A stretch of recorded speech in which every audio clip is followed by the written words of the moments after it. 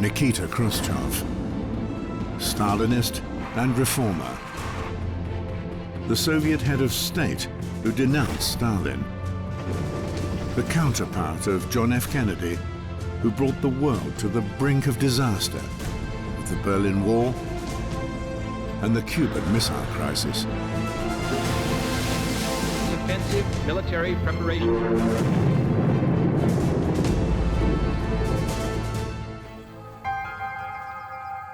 Nikita Khrushchev is born in 1894 in the border area of Russia and the Ukraine. He was a peasant from the Russian little village. One time we went to see the place where he was born, and I know my uncle was there many times. And there was a place where the hut was. Apparently the hut was very poor. And at the age of 16, he and his father went to Ukraine, it was so close, and to become miners. But Nikita Khrushchev would not remain in the mines for long. In 1918, he joins the Communist Party. Khrushchev's education was minimal. He probably had no more than 2 years of elementary school education. But when he was a young man, he was already very ambitious and very energetic, and I think he stood out among other miners for his smarts. He was so shrewd. He rises rapidly through the party, from the provinces of the Ukraine to the center of power. My father was elected in the delegates to one of the Communist Party Congress. In 1925, he traveled to Moscow, and he saw Stalin. I was immediately fascinated by Stalin. We'd been invited to Moscow, young party members from Donetsk, and we had our photograph taken with him. He was very amusing, and he exuded great humanity. We were incredibly pleased we had the chance to talk to him. He quickly saw the light and became a Stalinist. A few years later, Khrushchev begins to study at an elite Moscow school. Via one of the other students, he gains access to supreme power. When he was at the Industrial Academy, Khrushchev did indeed befriend Stalin's wife, who apparently praised him to Stalin. Khrushchev, by that point, was the party secretary of the Industrial Academy. Khrushchev later would say that this was his lucky lottery ticket, a dream come true. This lottery galvanizes his career. By 1933, he is already Moscow party secretary. He believed that, Stalin couldn't be wrong. And Khrushchev, as a chief of Moscow Communists, sit next to Stalin. You could see the adoration in his face. I mean, he just adores that great leader, and he finally got a chance to sit next to that great man. He also played a role which helped him to rise. And the role was of a kind of court jester in Stalin's court. The great purges started when my father was the party secretary of Moscow Committee. It was under 1934. Of course, if you're part of the leadership, you have to be involved.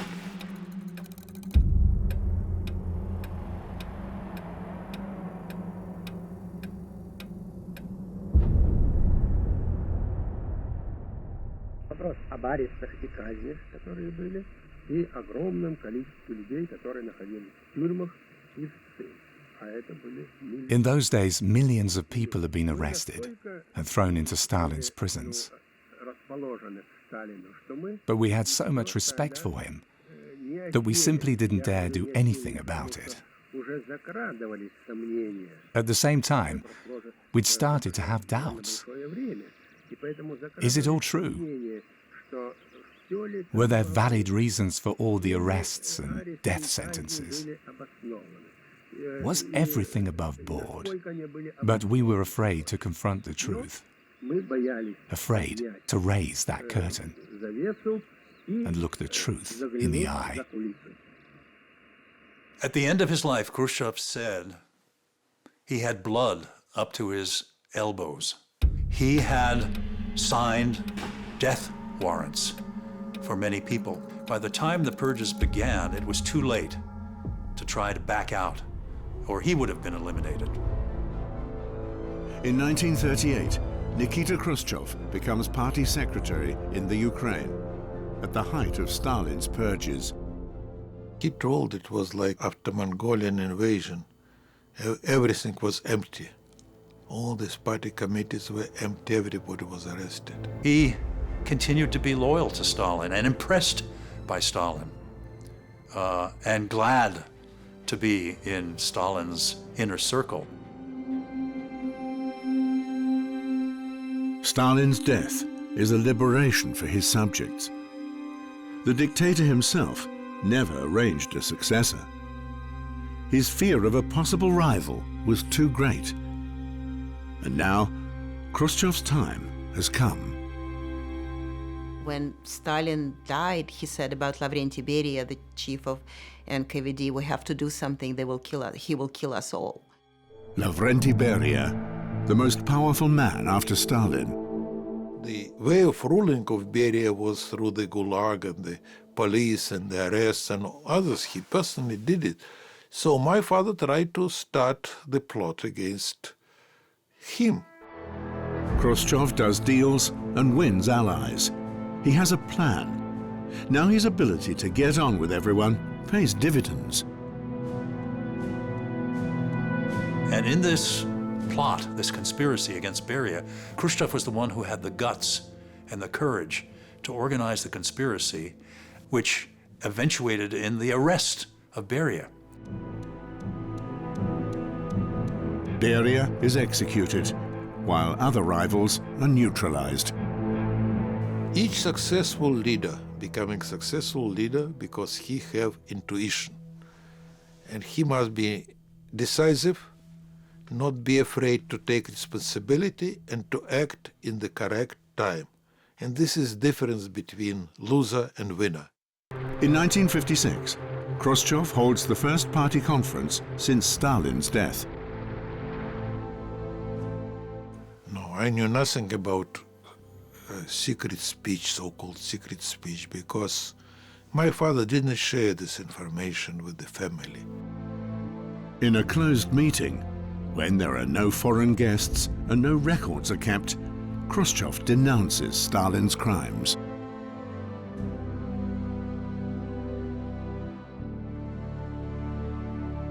For the first time in Soviet Russian history, somebody came out, the leader came out and said, we made mistakes. We apologize to the nation. Khrushchev had the courage to denounce the man who had committed such horrors, a Holocaust in the Soviet Union. He had the moral decency that remained to break with that man, to denounce him, and to try to de-Stalinize the Soviet Union. The speech is a sensation. Now Stalin, the father of Russia, is condemned as a criminal.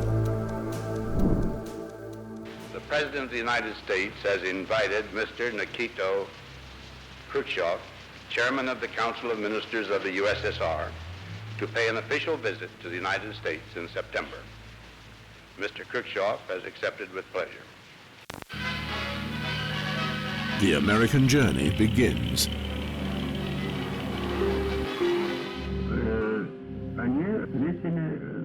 When we got out of the plane, we were received in a very reserved manner. In our country, we welcome people with some sort of celebration. There was nothing like that there. People seemed more curious than pleased. They were curious to see what we looked like as Bolsheviks. What good could our visit bring them?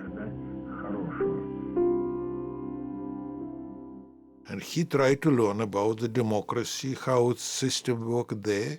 He insisted to the Eisenhower to explain him why he don't want to run for the third term.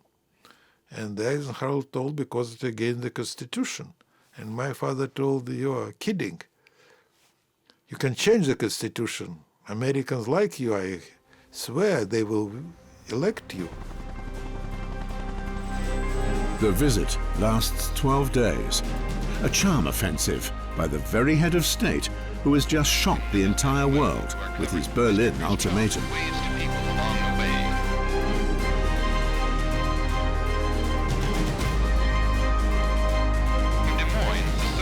The climax for the popular press is a visit to a Hollywood studio.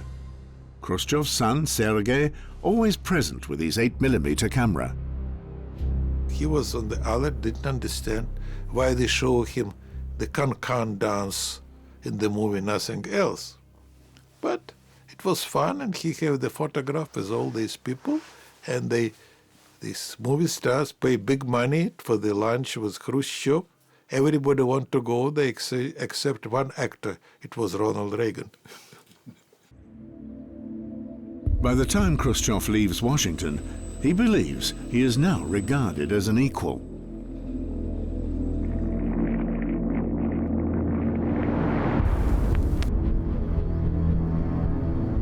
Just 6 months later, on the 1st of May 1960, this American reconnaissance plane calls everything into question. Soviet military discover it in their airspace. Khrushchev feels betrayed and orders it to be shot down. He has the pilot, Francis Gary Powers, put on trial.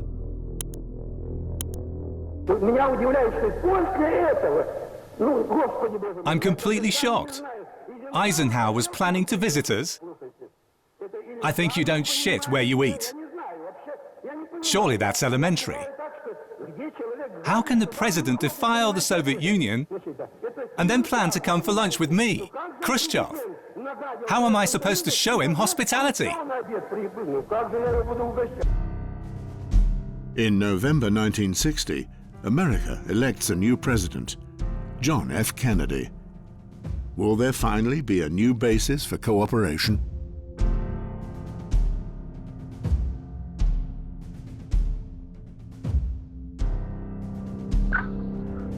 Kennedy and I are very different people. I'm a former miner who ended up as head of state because of the will of the party and the people. He's a millionaire, the son of a millionaire, and a millionaire himself.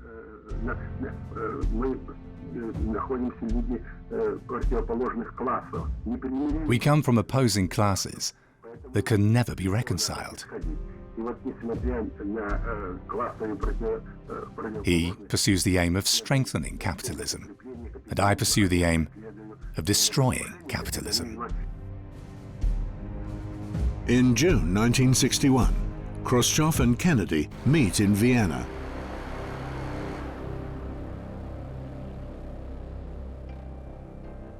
It was important to come together as people, to see what kind of man Kennedy really is. Is he really such a swine, as Khrushchev likes to call him? A peaceful summit, at least. The wives are present, everyone gets on fine. When my father met with Kennedy in 1961 in Vienna, and they told it is a balance of power now, Americans had hundreds of intercontinental missiles and thousands more of the strategic bombers. Soviets have 4 missiles. And Kennedy told, we can destroy you many times. My father told, I can destroy you once, it's enough for me.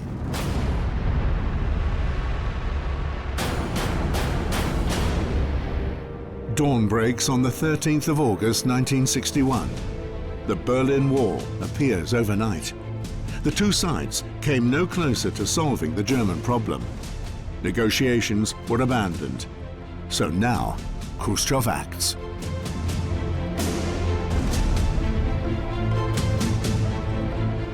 The wall, in an ironic way, helped to bring the Berlin crisis to an end.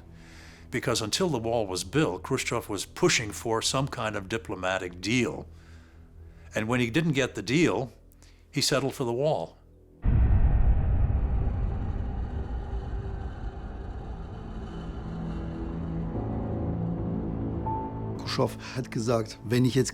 Khrushchev said, if I don't build a wall, there will be war. He understood that his only option was a defensive step. He knew very clearly what the Americans would do if Allied access to West Berlin were obstructed. He knew very clearly that the USA was ready to fight for this access, if necessary with troops, and if it came to the crunch, even with nuclear weapons.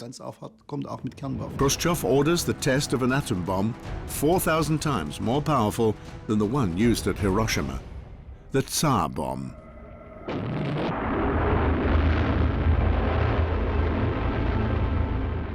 There was a Cold War on. He had to make noise about something. What Khrushchev was saying, in effect, was, be my friend, or I'll break your neck.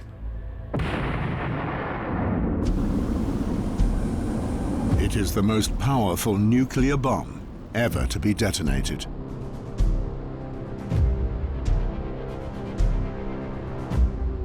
In 1959, the young Fidel Castro organized a successful coup and deposed the Cuban dictator. After the failed American invasion at the Bay of Pigs, Castro asked Khrushchev for help. And in the summer of 1962, Khrushchev resolves to station 40,000 soldiers and 60 medium-range missiles on Cuba.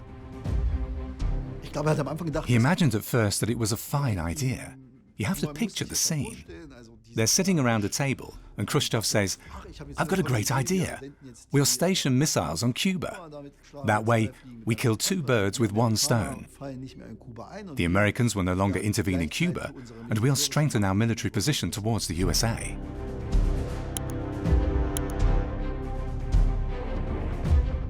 The next few days are extremely tense. Naturally, the USA realizes that Soviet troops and missiles are being transferred to Cuba. So the Americans put their own forces on a state of alert.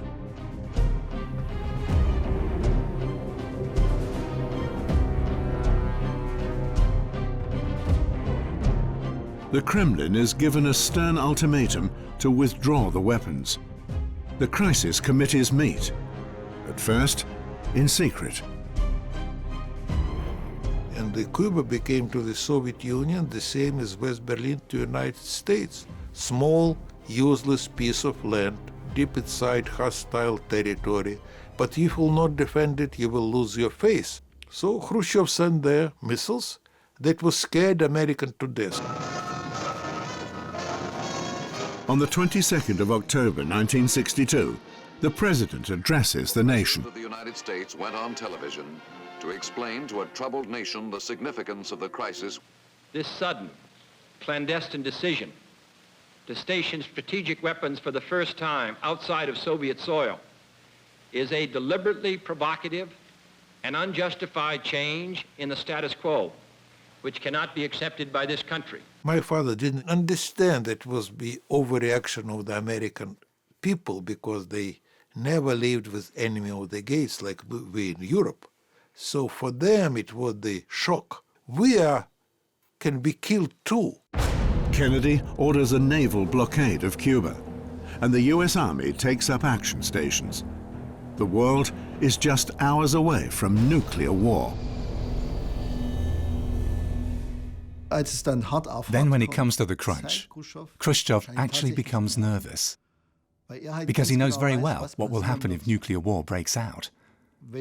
And the armed forces have already started transporting the nuclear warheads to the missiles.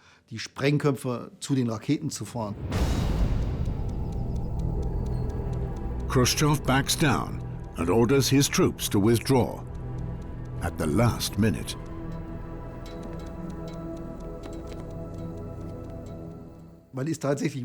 Catastrophe really was averted by just a hair's breadth. Kennedy and Khrushchev never met again. The hopes raised at the Vienna summit came to nothing. Soon afterwards, Kennedy was assassinated, and Khrushchev's reign came to an end. The irony is that the man who wanted to ease the Cold War, in his attempt to ease the Cold War, helped to trigger two of the Cold War's most dangerous crises in Berlin and Cuba. He did not want nuclear war. He did not want to use those weapons. He did not plan to use those weapons. He was trying to bluff and bluster and push and shove and get what he wanted. Khrushchev's sense of self-importance was too great, and his success too small. By 1964, when Khrushchev was ousted, he had alienated almost everyone in his country. The military was unhappy with him because he had cut the armed forces. The party leadership was unhappy with him because he was such an erratic leader, and he had gotten very nasty toward many of them. He was practically alone. He is removed. The new party leadership permits Khrushchev to keep a dacha outside the city. Nikita Khrushchev, once one of the most powerful men in the world, is silenced in public.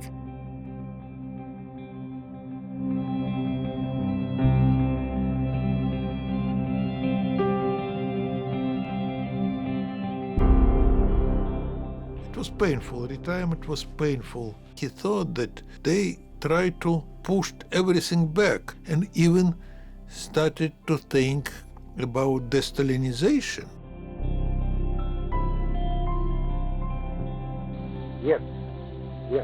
No. I don't know what to call people who take the side of a man who murdered his own people. Because it would mean encouraging those who want to repeat that. And it is possible if we don't remain vigilant.